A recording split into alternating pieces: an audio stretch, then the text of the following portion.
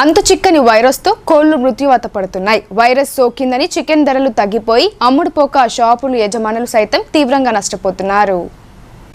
కామారెడ్డి జిల్లా బాన్స్వాడ నియోజకవర్గంలో కోళ్లకు వైరస్ కలకలం రేపుతుంది. వైరస్తో వందల కొద్ది కోళ్లు మృత్యువాత పడుతున్నాయి.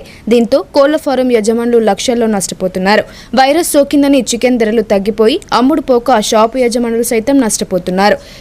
కిస్టాపూర్లో 2.5 కోళ్లు మృతి చెందినట్లు యజమాని లింగం తెలిపారు. దీంతో సుమారు 4.5 లక్షల రూపాయల నష్టం వాటిల్లిందని అతను వాపోయాడు.